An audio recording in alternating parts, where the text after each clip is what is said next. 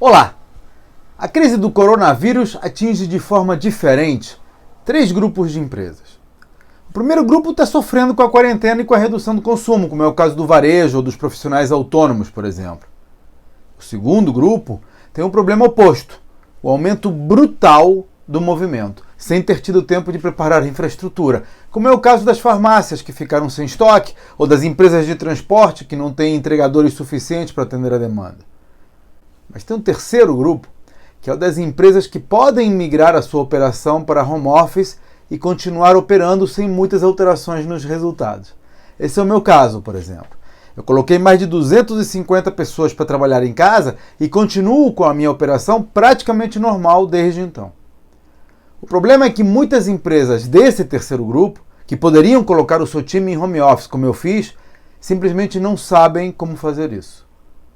Por isso, nesse vídeo eu vou mostrar o passo a passo para levar o seu negócio para casa. Ou, em outras palavras, o que você precisa fazer para colocar o seu time em home office e continuar operando à distância. Essa semana eu completo um mês de confinamento. Eu estou levando a coisa a sério porque, sinceramente, não quero ser picado pelo bichinho da coroa e só tem 2 formas de ser imunizado. A primeira é pegando a gripezinha e deixando o corpo fabricar os anticorpos para se defender. Só que 15% das pessoas acabam no hospital. A segunda é tomando a vacina, que só deve estar disponível, com sorte, lá para setembro. Então eu já me conscientizei de que eu preciso me acostumar a ficar preso por uns meses. Felizmente a minha cela tem vista para o mar, internet de alta velocidade, churrasqueira na varanda. Além disso, eu estou preso com algumas das pessoas que eu mais amo nesse mundo. Então não dá para reclamar. Enquanto muita gente teve que parar de trabalhar, o meu negócio continua operando com pouquíssimas baixas. E o fato é que há outras pessoas como eu que poderiam fazer o mesmo movimento, mas não sabem como fazê-lo. Semana passada, conversando com um amigo empresário numa reunião de Zoom, que agora virou ferramenta obrigatória no arsenal corporativo, eu percebi que talvez eu possa ajudar algumas dessas pessoas. Esse meu amigo, por exemplo, tem uma empresa de recuperação de créditos tributários. Ele tem cerca de 50 funcionários que trabalham num escritório cheio de baias, operando no telefone ou no computador. Ou seja, nada muito diferente da minha atividade em termos de infraestrutura e de modelo operacional. Funcionários que poderiam fazer o seu trabalho em casa da mesma maneira que meus técnicos de suporte atendem as ligações remotamente, por exemplo. E para isso, eles só precisam ter acesso ao sistema, ao ramal telefônico e algumas outras ferramentas de trabalho à distância que dá para instalar e configurar em poucos dias. Só que esse meu amigo disse que não sabe nem por onde começar. Como instalar ramais virtuais que permitem a comunicação a partir do telefone da central da empresa, por exemplo?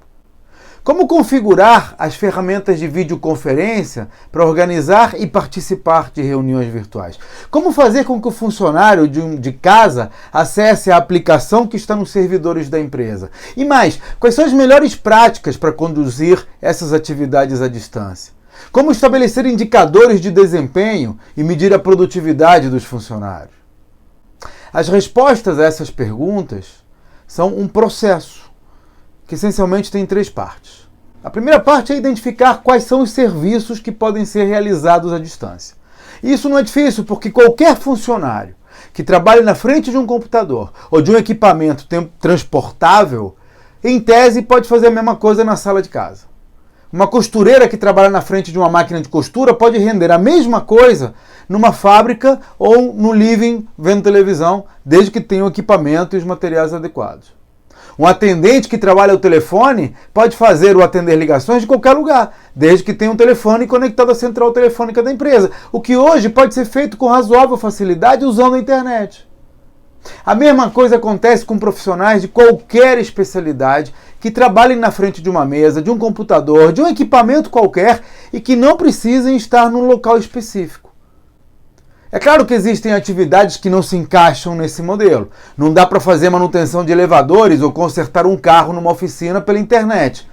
Mas uma boa parte do setor produtivo, mesmo nesse tipo de empresa, pode sim ser transportado para casa com alguns ajustes na operação. Então o primeiro passo é identificar quais são essas atividades, o que pode e o que não pode ser feito em home office. A segunda etapa é instalar e configurar as ferramentas adequadas. E aqui eu vou elencar 3 que eu acho importantes. Não são as únicas, mas são as importantes. A primeira é o acesso remoto aos equipamentos. Hoje existem ferramentas que permitem virtualizar os sistemas, sejam eles quais forem, mesmo os que não são nativos da internet. Você pode, por exemplo, conectar o seu computador de casa com o servidor da empresa, usando uma rede privada de dados.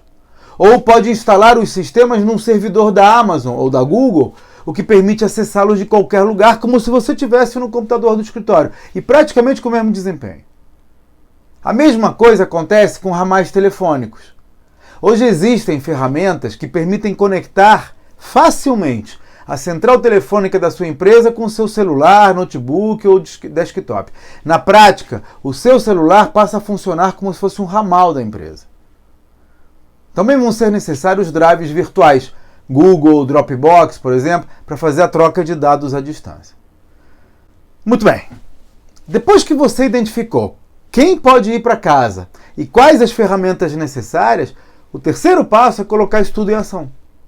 E aí entra a capacitação dos funcionários, que vão ter que aprender a operar essas ferramentas à distância. Entra a capacitação dos gestores, que vão ter que saber como administrar o time através de indicadores de desempenho e de análise de resultados, em vez de apenas monitorar se estão presentes nos locais de trabalho. E tem as metodologias para reuniões de comunicação à distância, para monitoramento de resultados, até para apoiar as pessoas para que possam render melhor no ambiente. A gente criou grupos de WhatsApp, por exemplo, para monitorar, para motivar as pessoas a fazerem ginástica. A gente está testando atividades tipo uma creche online para distrair as crianças. E é claro que não é a mesma coisa, mas esse modelo de operação tem muitas vantagens. A mais visível é que você vai poder continuar funcionando mesmo durante a quarentena. Outra é que você pode reduzir custos como aluguel, transporte, deslocamentos. E a mais importante é que você amplia muito a sua abrangência. Tanto para a prestação do serviço, quanto para recrutamento e seleção de pessoas. Afinal, se o cara está em home office, ele pode morar em São Paulo ou no interior do Piauí. E aí você passa a ter muito mais flexibilidade para contratar os melhores talentos nas condições mais convenientes. Agora a melhor parte.